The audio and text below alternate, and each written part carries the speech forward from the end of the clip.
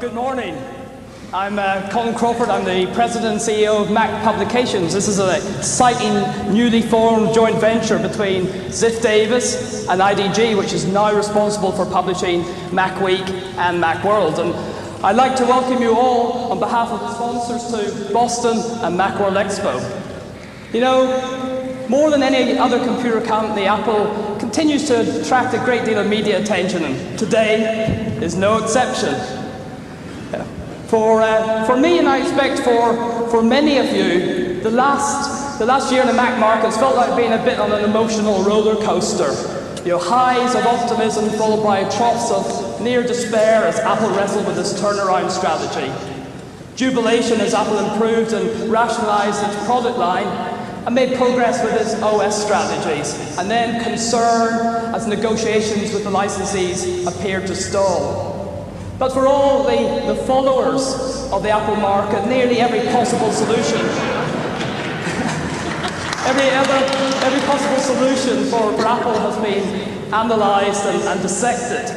There's certainly no shortage of pundits, to give advice.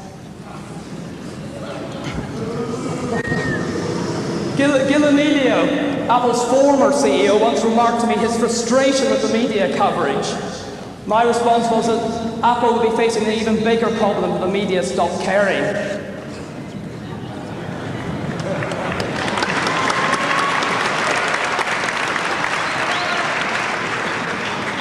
Despite all the issues and problems of the past couple of years, the passion and loyalty remain. People want the Apple Macintosh market to be successful and return to a state of sustained profitability and growth.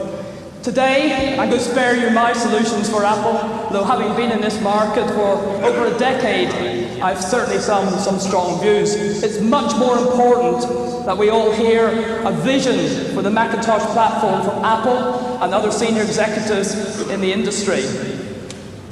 What are future plans for hardware and software? What will persuade independent software and hardware vendors that the Apple market represents a solid business opportunity?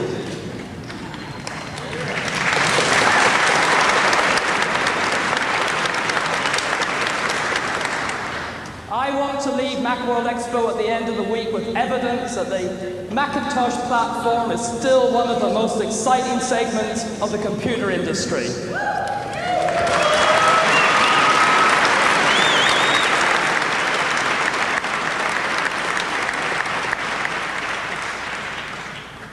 I want my belief reinforced that the Macintosh platform is not just relevant in today's marketplace, but the leading edge of technology. And to start us off in the right direction is an individual who really needs little introduction.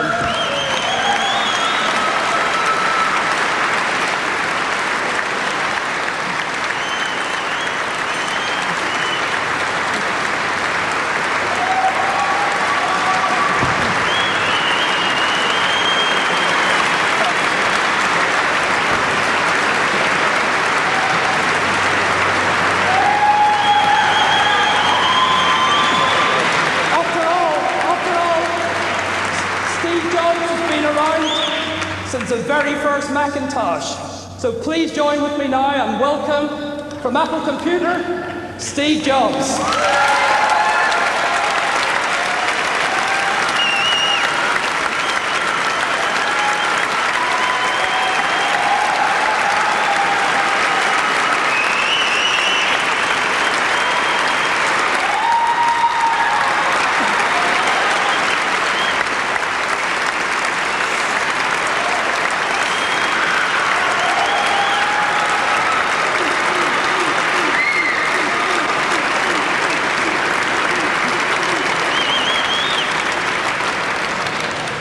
Thank you very much for that warm welcome.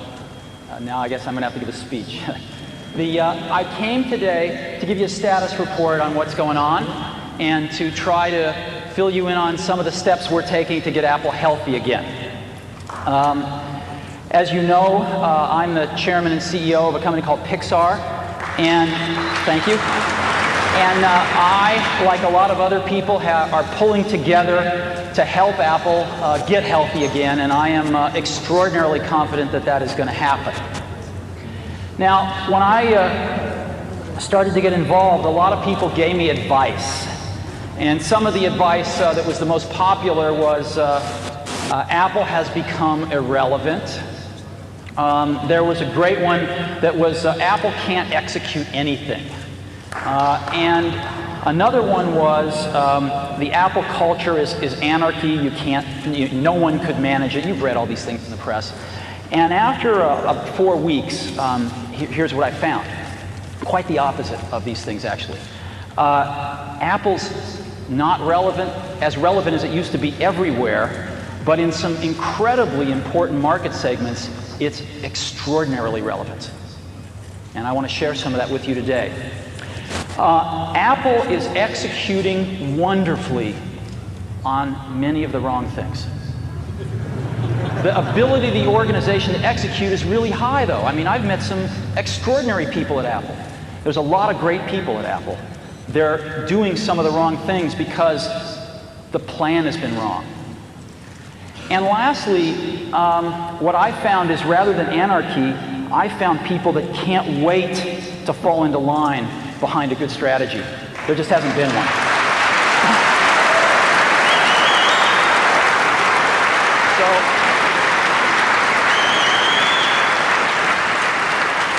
What I see is the makings of a very healthy company with some extraordinarily talented people who are still just as passionate and committed to the dream of computing as they ever were, that need to come together and get a great plan and then start to execute it, and that's exactly what's been happening over the last 4 weeks. Now, what's the fundamental problem? I think the fundamental problem is a little more subtle, but I think this is a symptom, but in a nutshell, excuse me. In a nutshell, that's it. Right? Apple's sales in 1995 were 11.1 billion. In 96 they were 9.5 billion, and in this year they'll be, 7 billion plus or minus a little bit. That's the problem, or the symptom, depending on how you look at it. And that needs to be stabilized and turned around, and people are working very hard to do that. So what are some beginning steps that we're going to take? One of the first ones has to be to start at the top. Apple's done a lot of change at the bottom, and I think this change needs to start at the top with the board of directors. Focus on relevance. Apple needs to find where it is still incredibly relevant and focus on those areas. It needs to figure out what its core assets are and invest more in them. Apple has neglected its core assets for a while. It has to forge some meaningful partnerships, not just partnerships and press releases. And it needs to define some new product paradigms. And we've got some great ideas. I'm not going to be talking about products today, though. I just want to let you know that we have some wonderful ideas that you'll be hearing about between now and the end of the year. So let's talk about some of these. Board of directors. Apple had a very decent group of people as their board of directors. They worked very, very hard for Apple.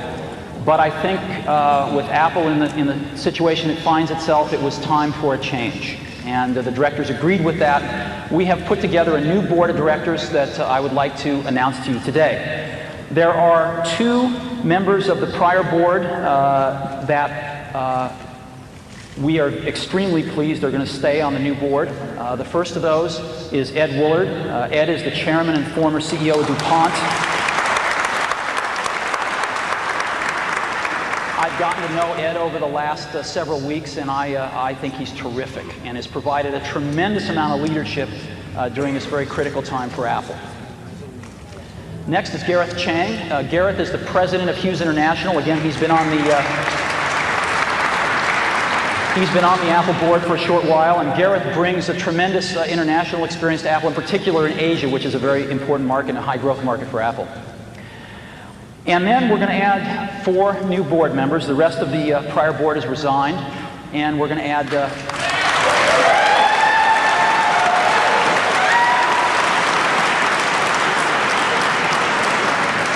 4 new board members to carry the company forward. The first is Larry Ellison, CEO of Oracle.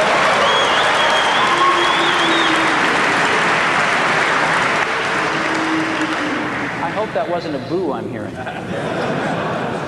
Larry started Oracle in his garage about a year after we started Apple. It's grown to be the second largest software company in the world. We would like to do a lot more in terms of software, and we thought having some software industry expertise would be a good idea on the board.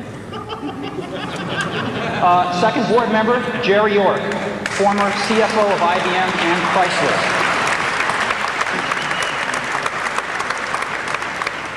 Jerry did a lot of the turnaround work at Chrysler and IBM and is extremely well known and respected in the financial community for his work. The third new board member is Bill Campbell, CEO of Intuit.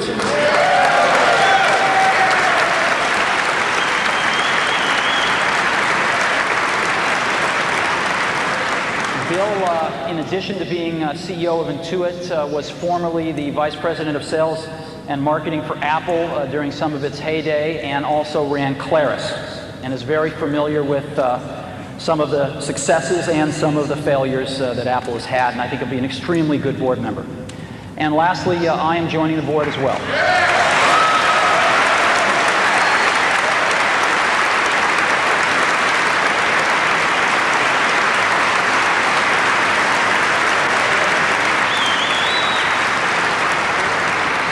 I'd like to just take a moment and thank the outgoing board members. I think it has not been an easy job to be a board member of Apple over the last few years, and these are very decent people, and they've been trying very hard to do the right thing for the company. And to welcome our new board members, I think we have a really exciting task ahead of us to help the management team and guide Apple back to health and to prosperity. And so I hope you'll agree that this is a pretty sweeping change. We're adding a tremendous amount of industry expertise. We are not naming a chairman at this time. We're going to wait till we have a new CEO and sort things out when that happens at that time. Now, I put together a little video. If you'd like, I'll show it to you. That just we asked the board members a few questions, and you can just maybe get a little familiar with them. Would you like to see it? Let's go ahead and roll that.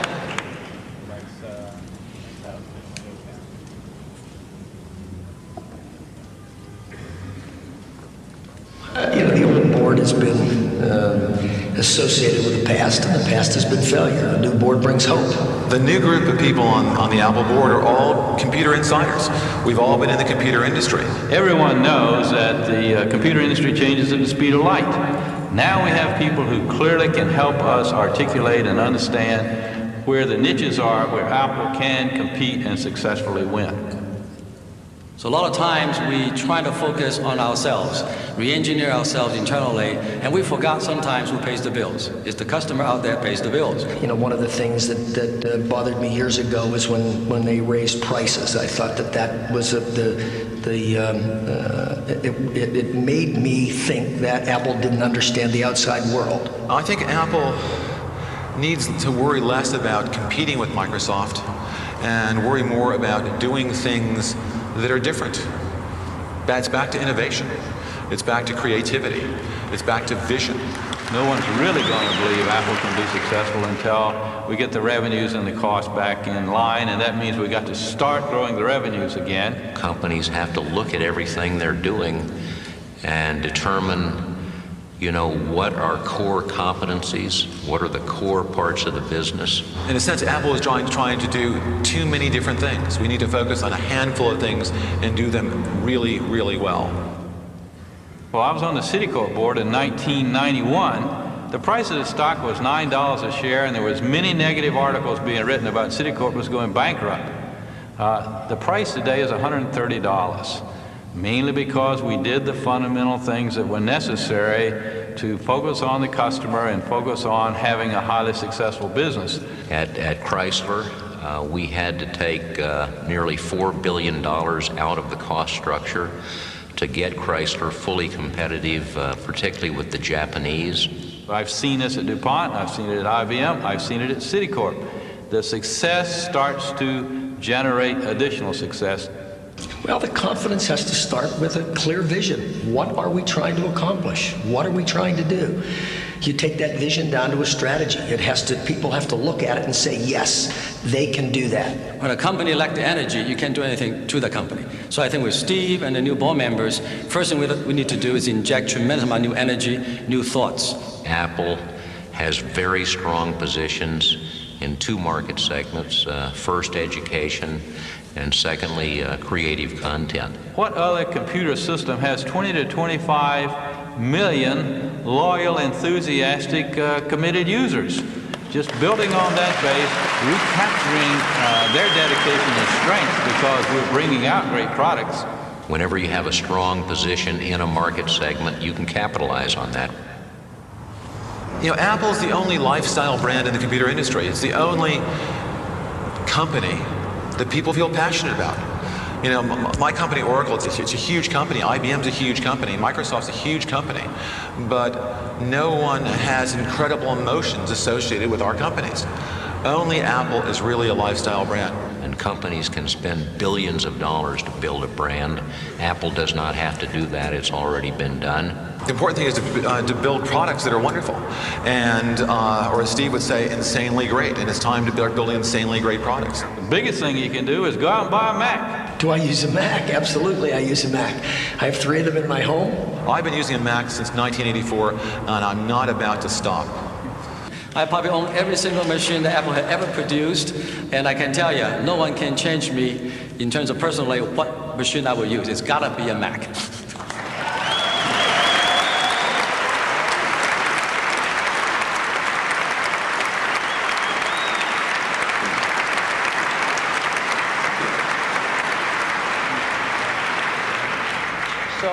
As you can see, this is a pretty diverse group of people, a lot of deep industry expertise who come together to say, hey, this world's a lot better place with a healthy Apple computer in it.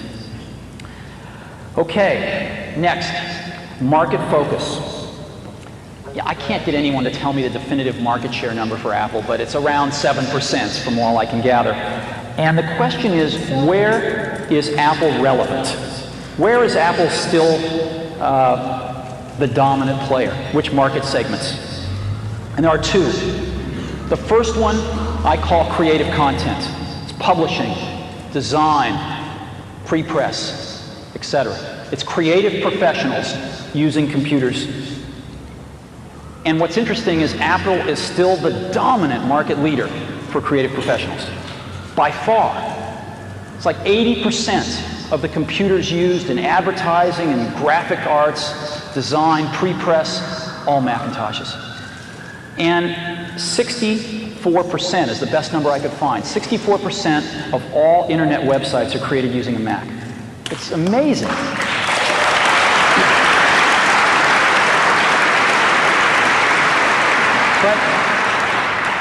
But we haven't been doing a good enough job here. As an example, there's something like 10 to 15% of Mac sales which can be traced directly back to people using Adobe Photoshop as their power app, right? When was the last time you saw Adobe and Apple co-marketing Photoshop? You know, when was the last time we went to Adobe and said, how do we make a computer that'll run Photoshop faster?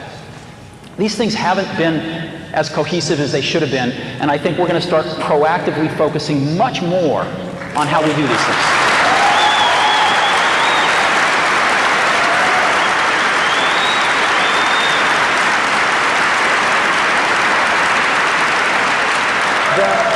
The second market is one that's very close to my heart, is education.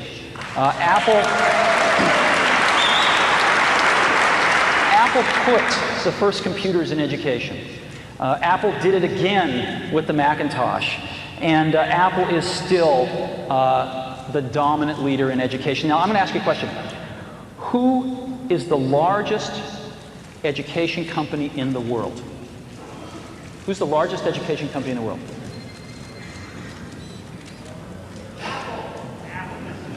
Yeah, the answer is Apple. Apple is the single largest education supplier in the world. Okay, supplier to education in the world.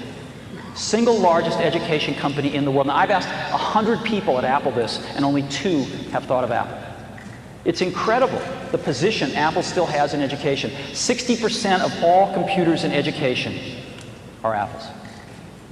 64% of computers teachers use are Apple's.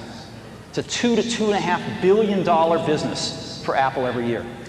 What an incredible foundation to build off of. What an incredible legacy to build off of. And so you're going to see Apple proactively focusing much more on these two markets where it is very relevant, and both of these markets are growing over at 20% a year. Now, Apple's share is shrinking in these markets slowly, but I think you're going to see that stabilize and turn around, and you're going to see Apple grow with these markets because it's going to do a much better job of focusing where its relevance is and where its legacies lie.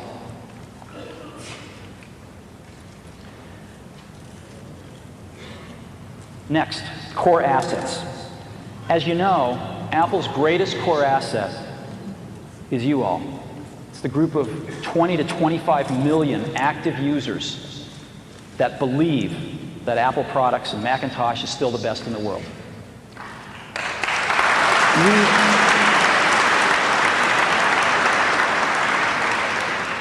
I don't think we've been doing a good enough job taking care of you. Have you called I've called the support lines myself. I've gotten very acquainted with the hold signal. And so I think we're going to see some changes there soon. And I apologize for anything in the past.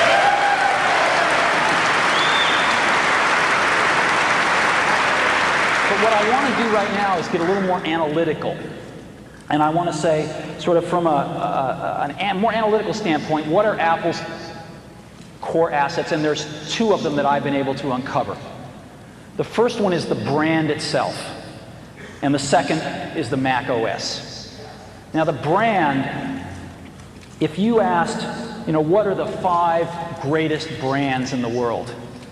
If you went out and you asked professionals this question, I think Nike would be on everybody's list, Coca-Cola would be on everybody's list, Disney would be on everybody's list, and Apple would be on everybody's list.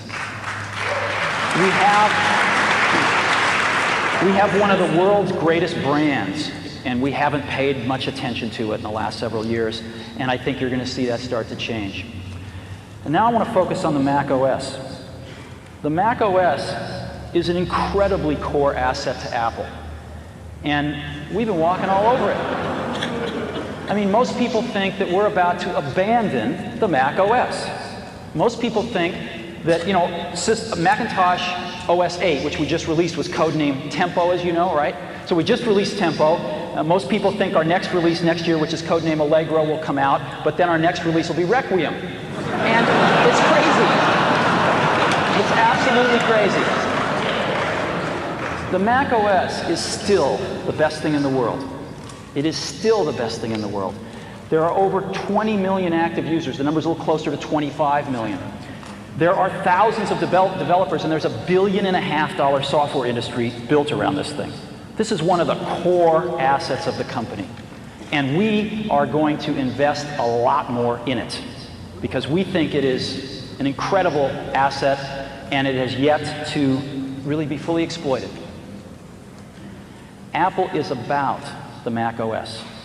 We're going to be doing other things because we're creative people. But at the core, Apple is about the Mac OS, and all of the fears that I've heard of people that we're abandoning it are absolutely not true. Our latest release, Mac OS 8, I've got some really good news for you. We released this thing 2 weeks ago, and we have already sold 1.2 million copies.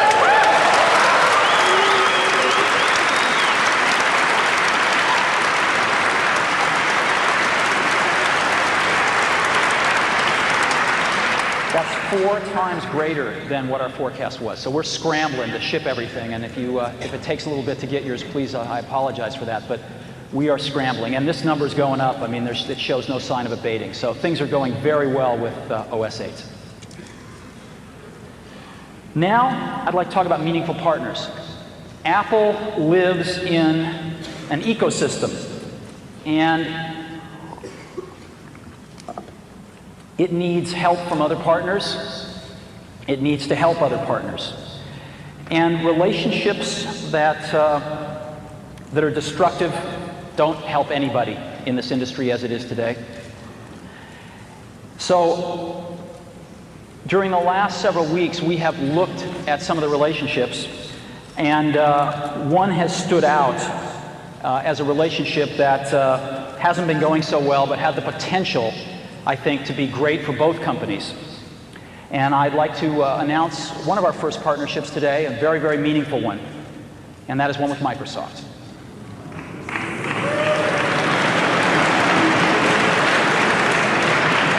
I'd like to take you through this.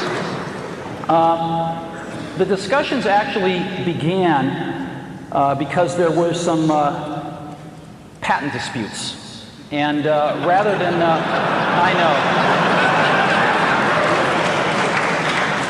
rather than repeating history, I'm extremely proud of both companies that they have resolved these differences in a very, very professional way. And this has led, I think, to an overall relationship that we're announcing today that's got several parts to it, and we're extremely excited about. First part of it is a patent settlement and cross-license.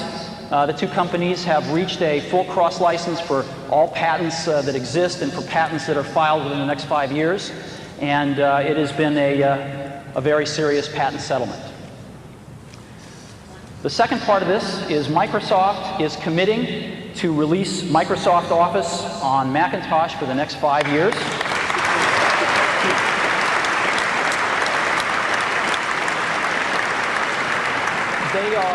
They are going to release the same number of major releases as they release on Windows during that time.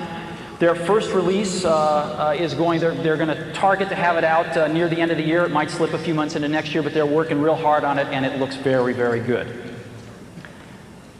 Next, we have taken a look at browsers out there, and Apple has decided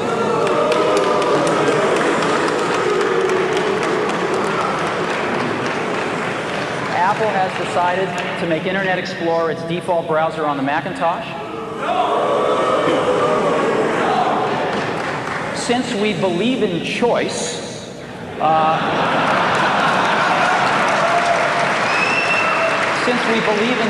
we're going to be shipping other Internet browsers as well on the Macintosh, and the user can, of course, change their default should they choose to.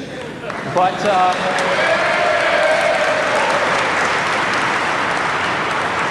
we believe that Internet Explorer is a really good browser, and we think it's going to make a fine default browser. Java. We are going to be collaborating with Microsoft on Java to ensure that we can get the best from each other and ensure that there's compatibility between our virtual machines. And we think that that will serve everybody's interests. And lastly, Microsoft is making an investment in Apple. Microsoft is buying $150 million worth of Apple stock at market price. It is non-voting shares, and they've agreed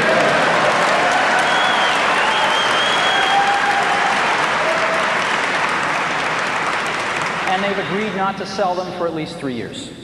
So what this means is that Microsoft is going to be part of the game with us as we restore this company back to health, have a vested interest in that stock price going up.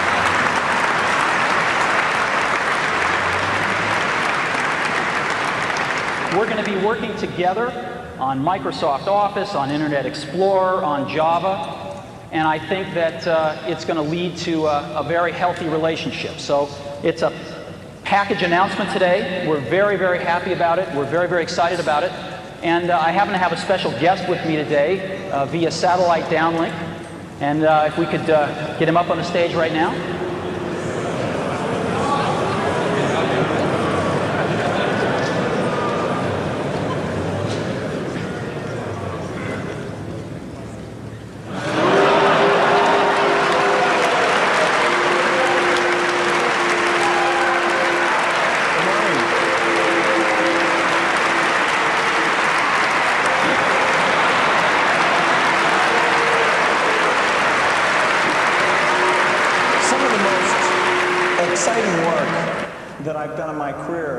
Has been the work that I've done with Steve on the Macintosh, whether it's the first introduction or doing products like Mac Excel.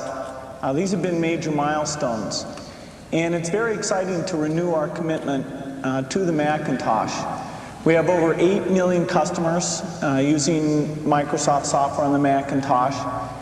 We make it very easy for people to use Macintosh to take their documents and work with all kinds of machines. We're very excited about the new release we're building. This is called Mac Office 98.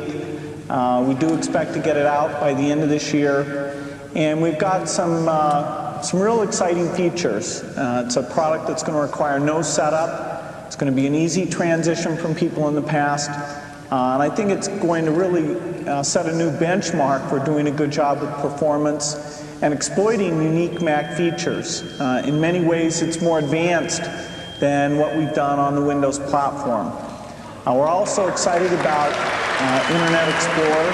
And we've got a very dedicated team that's down in California that works on that product. And the code is really specially developed for the Macintosh. It's not just a port of what we've done in the Windows environment. And so we're pleased to be supporting Apple. We think Apple makes a huge contribution to the computer industry. We think it's going to be a lot of fun helping out, and we look forward to the feedback from all of you as we move forward doing more Macintosh software. Thanks.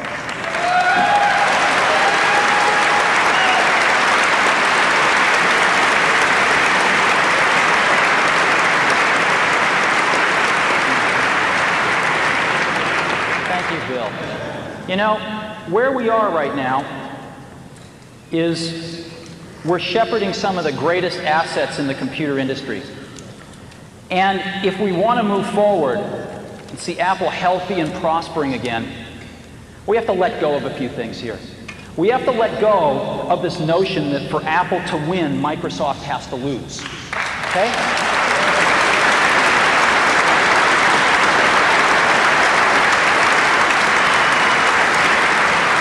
We have to embrace a notion that for Apple to win, Apple has to do a really good job. And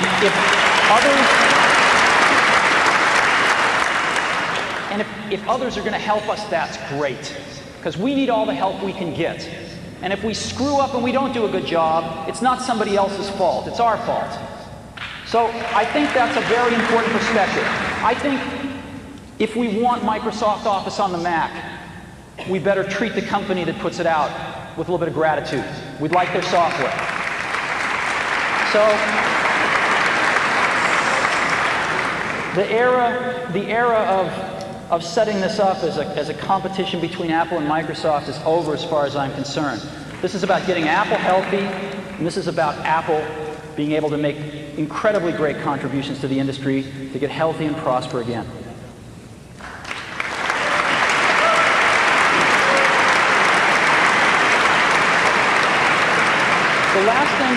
The last perspective I'd like to leave with you on this is, you know, sometimes points of view can really make you look at things differently. When you hear a new point of view, like for me, when I was looking at the statistics, and it hit me that Apple is the largest education company in the world. That was like a bolt of lightning. That's huge. What an incredible base to build off of. Another bolt of lightning is that Apple plus Microsoft equals 100% of the desktop computer market. And so, whatever Apple and Microsoft agree to do, it's a standard. And I think that you'll be seeing us work with Microsoft more because they're the only other player in the desktop industry. And I think you'll be seeing Microsoft want to work with Apple more because Apple is the only other player in the desktop industry. So I hope we have even more cooperation in the future because the industry wants it. Lastly, I want to just talk a little about Apple and the brand and what it means, I think, to a lot of us. You know, I think you always had to be a little different to buy an Apple computer. When we shipped the Apple II, you had to think different about computers. I mean, computers were these things you saw in movies. They occupied giant rooms. They weren't these things you had on your desktop. You had to think differently because there wasn't any software at the beginning. You had to think differently when a first computer arrived at a school where there had never been one before, and it was an Apple II. I think you had to think really differently when you bought a Mac. It was a totally different computer, worked in a totally different way, used a totally different part of your brain, and it opened up a computer world for a lot of people who thought differently. You were buying a computer with an installed base of 1. You had to think differently to do that. And I think you still have to think differently to buy an Apple computer. And I think the people that do buy them do think differently, and they are the creative spirits in this world. They are the people that are not just out to get a job done, they're out to change the world. And they're out to change the world using whatever great tools they can get. And we make tools for those kinds of people. So hopefully, what you've seen here today are some beginning steps that give you some confidence that we too are going to think differently and serve the people that have been buying our products since the beginning. Because a lot of times people think they're crazy, but in that craziness we see genius, and those are the people we're making tools for. Thank you very much.